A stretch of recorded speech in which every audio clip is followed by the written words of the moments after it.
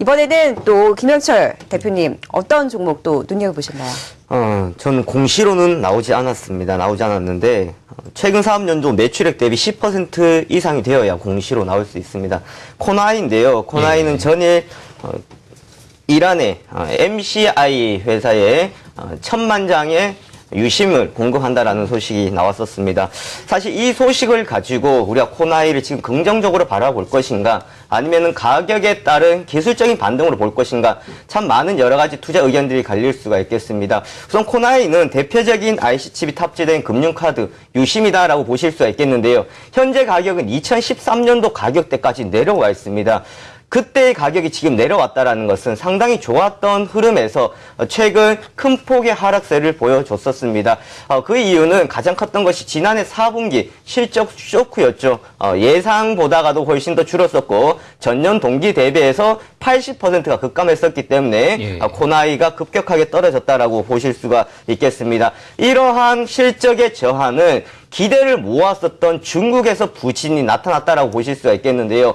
그만큼 기대를 했었기 때문에 실망감도 상당히 크게 나타났었던 부분들이었습니다. 거기다가 미국 시장 역시 만만치 않았기 때문에 코나이의 부진은 시장에서 예상치 못했던 충격이었다라고 보실 수가 있습니다. 하지만 이러한 이슈 속에서 최근 어느 정도의 가격적인 조정을 거치고 조금씩 올라오는 모습들을 보여주고 있습니다만은 이렇다 할 강한 상승의 모멘텀을 보여주지 못했습니다. 하지만 전일 공급 계약을 맺었던 MCI 같은 경우 사실 그렇게 큰 규모는 아닙니다만은 신사업에 대한 기대감을 조금 더 나타내기 이전에 확실한 뭔가를 보여주는 듯한 모습이라고 보실 수 있겠고요. 1차적으로 봤을 때 글로벌 1위 기업인 알젠토와의 경쟁에서 이겼다라는 부분들은 긍정적으로 볼 수는 있겠습니다만은 과연 이것이 가격적인 부분에서 성공을 했냐라는 것은 추후적으로 좀 더 살펴봐야 되는 부분이다라고 볼 수가 있겠습니다. 또한 실적의 지금 급증, 과거의 실적이 회복되기를 당장에 바라기보다가는 신사업에 대한 기대감을 조금 걸어볼 수가 있겠습니다. 코나이는 플랫폼, SE 그리고 보안 사업에 최근 신사업에 좀 투자를 하는 모습들을 보여주고 있는데 잘 아시다시피 카카오뱅크에 이제 코나이의 결제 플랫폼이 들어갈 것으로 예상이 되고는 있습니다. 이건 역시도 좀 더 지켜보셔야 될 것 같고요. 4월 중에 이제 런칭이 되는 코나머니 현재로서는 좀 기대감을 많이 모으고 있습니다. 특별히 카드 결제 표준 우리나라에 가장 처음으로 지금 대표적으로 시행을 하고 있는 만큼 시장의 반응들을 조금 살펴봐야 될 것 같습니다. 그 코나이 같은 경우에는 전에 윗꼬리를 달고 거래량이 동반이 되었습니다만은 최근의 하락을 좀 만회를 해주는 모습이었습니다. 하지만 실적의 급증보다가 신사업에 대한 어느 정도의 확실한 흐름들을 좀 체크하고 가시는 투자 전략이 맞겠습니다. 네, 코나이의 4분기 실적 쇼크로 주가 급락세가 연출이 됐었고 최근 들어선 주가 저점을 높여가면서 조금씩 반등을 해주고 있는 움직임인데요.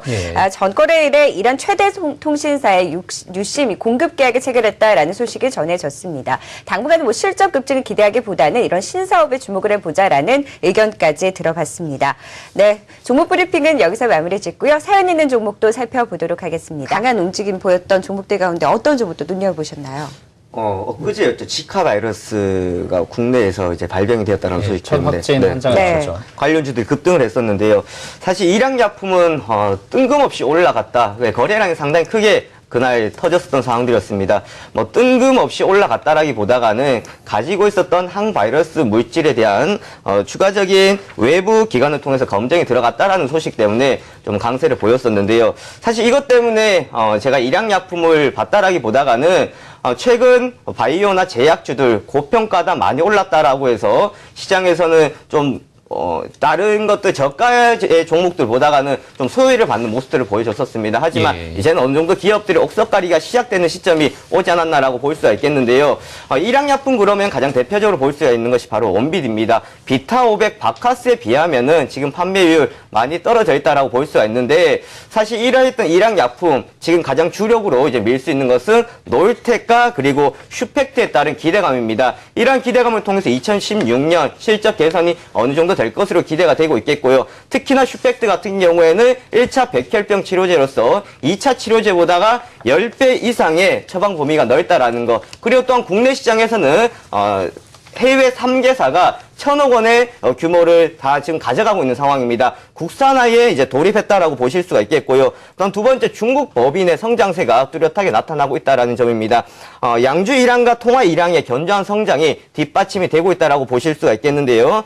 특히나 제산제의 알들인 위장약인 아진탈의 지금 지속적인 수요가 늘어나고 있다라는 점을 볼 수 있겠고, 초반에도 말씀드렸다시피 원비디에 대한 관심이 많이 높아지고 있는 상황입니다. 작년에 10%의 가격 인상이 있어서 지금 500원대에 판매가 되고 있는 상황인데, 중국에서는 1,400원대까지 판매가 되고 있습니다. 마진율이 뛰어나다라고 보실 수가 있겠고요. 지난해 국내에서는 100억 원 정도의 매출을 기록했다라고 보면 중국에서는 300억 원 이상의 매출을 기록했다라는 점 추후적으로도 관심을 가지셔야 되겠습니다. 그리고 마지막, 처음에 말씀드렸다시피 지카 바이러스에 대한 꾸준한 관심, 사실 테마라면 테마고 시장에서 얼마만큼 이것이 더 가겠냐라는 이야기가 있을 수가 있습니다. 조금 있으면 날씨도 따뜻해지고 모기도 나오게 되는 상황들이 되는데, 충분한 이러한 테마주에 관심을 가진다고 하면 플러스 알파적인 관점으로 일양약품을 보시는 게 좋지 않을까라는 생각들을 해볼 수 있겠습니다. 비록 전일 관련주들 어제 큰 폭의 하락세를 보여줬고 일양약품 같은 경우에도 약세의 모습을 보여줬습니다만은 그 전날 거래량에 비해서 현저하게 거래량이 줄었다라는 점 봤을 때 최근의 흐름 플러스 지카 바이러스에 관련되어 있는 점은 긍정적인 흐름으로 보실 수 있겠고요. 하지만 2016년 우리가 봐야 될 부분들은 연구개발과 그리고 마케팅 비용에 대한 감가상각비에 대한 것 때문에 실적의 개선은 확실하다라기보다는 점진적으로 늘어날 것이다라는 거 우리가 관심을 가지고 보시면 되겠습니다.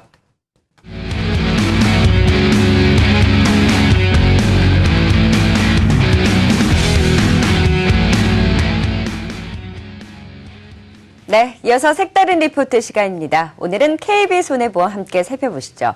전일 손해보험주들 좋은 시세가 나타났는데요. 그 가운데 KB손해보험이 가장 시세가 돋보였습니다. 먼저 IBK투자증권의 의견부터 함께 살펴보시죠. KB손해보험이 지난 2월 29일에 3월부터 자동차 보험료를 인상한다고 밝혔는데요. 자동차 보험 인상에 따른 손해율 개선으로 3월부터 인상 효과가 가시화되고 또 체력 회복에 따른 실적 개선이 기대된다며 업종 내 최선호주로 제시하면서 목표가 4만 원까지 바라봤습니다. 반면에 KDB네오증권은 고질적 문제점으로 상대적으로 수익성이 낮고 자본 여력이 부족해 밸류에이션 할인 요인으로 작용을 했지만 올해는 수익성이 정상 국면이 기대되면서 어느 정도 해소는 되겠다라고 의견을 냈습니다. 다만 자본 확충이 필요한 만큼 증자 가능성을 고려해서 투자 의견 단기 매수를 제시하고 목표가도 3만 6천 원을 제시하고 있는 상황입니다. 이 매수를 제시한 굉장히 긍정적인 리포트를 제시한 IBK투자증권보다는 다소 보수적인 의견을 내놓고 있는 상황인데요. 오늘 색다른 리포트 KB손해보험 자세하게 짚어봤습니다. 여기에 두 분의 의견도 함께 살펴보도록 하겠습니다. 김영철 대표님은 KB손해보험 어떻게 보고 계십니까? 네. 제 자동차 보험이 KB손해보험인데요. 네네. 우선 어제 다시 한번 상승세를 좀 보여줬었습니다. 3월 1일부터 자동차 보험료가 올라갔다라는 소식 좀 긍정적으로 작용을 했었고요. 지금 이제 손보사 11개 중에서 삼성화재, 동부화재를 제외하고는 모두 다 보험료를 인상한 상황이다라고 볼 수가 있겠습니다. 우선 실적 개선의 시작점이 되지 않았나라고 볼 수가 있는데요.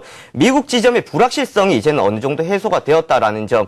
하지만 상승률에 대한 조금 부분들이 반영이 되었기 때문에 우려를 할 수 있는 부분들이 있습니다. 만은 이전에 큰 폭의 상승세를 보여줬고 조정 거치고 전일에 양봉이 나오고 상승했다라는 점은 앞으로도 지속적인 상향 추세가 이어지지 않을까라는 생각들이 되고 있습니다. 그래서 아무래도 IBK 투자증권의 지금 매수의 포인트에 저희 역시도 조금 더 거기에 대한 포인트를 드리고 싶습니다. 그렇다면 김현철 대표님도 비슷한 의견이신가요? 네, 저 역시도 비슷한 생각인데요. 우선 시소 장세가 펼쳐지고 있다고 볼 수 있겠습니다. 최근 들어서 자금들이 전체적으로 좀 들어온 듯한 느낌 보여줬습니다만은 좀 한계성에 이제 부딪히지 않았나라는 생각을 합니다. 한쪽의 업종이 몰리면 다른 업종의 차익 물량이 나오는 그런 시소의 흐름들을 보여주고 있는데요. 아무래도 개인 투자자들이 상당히 어렵다라고 생각할 수 있겠습니다. 생각지도 않은 데서 또 상승이 나오고 이제는 차익이 나오겠다 싶어 싶었는데 또다시 거기에서는 또 반등이 나오는 모습들이 나타나고 있습니다. 이럴 때 방금 이강희 부장께서 말씀해 주셨다시피 아무래도 몰고 갈 수 있는 종목을 가져가는 것이 가장 좋다라고 말씀을 드리고 싶고요. 그리고 좀 쉼이 필요하다, 좀 쉬어가는 구간이라고 생각하시면 되겠습니다. 또한 소형주에 좀 관심을 가져봐야 되지 않을까라는 생각을 해볼 수 있겠는데 대형주 가격적인 매력을 통해서 많이 상승했습니다. 업종주들 중에서도 보시면 소형주들의 최근 들어서 흐름들이 좀 양호해지는 것을 볼 수가 있는데 그러한 소형주 쪽에 관심을 한번 가지시면 좋을 것 같고요. 그리고 작은 종목들 중심으로 해서 본다 그러면 최근 제약주나 또한 코스닥의 엔터주들, SM이나 YG엔터, 또한 게임주들, 컴투스나 이러한 종목에 우리가 좀 초점을 두시고 지금은 좀 모아간다라는 생각으로 접근하시는 전략이 좋을 것 같습니다. 네, 실적 장세에서 종목별 차별화 양상이 나타나고 있는 가운데 실적이 좀 기대되고 있는 제약주라든지 엔터주 가운데서는 SM과 YG엔터를 꼽아주셨고요. 게임주 가운데서는 컴투스와 게임주 조이시티를 또 관심주로 꼽아주셨습니다. 또 앞서서 이강희 부장님께서 이 감사 보고서가 아직 나오지 않은 종목들이 있는 만큼 개별주 예. 중에서도 감사 보고서가 나왔는지 여부까지 좀 확인을 하고 가자라는 의견까지 들어봤습니다. 시장 전략까지 세워봤습니다. 지금까지 유한타증권 선능력지점의 이강희 부장, CS 인베스트 김영철 대표와 함께했습니다. 고맙습니다. 네.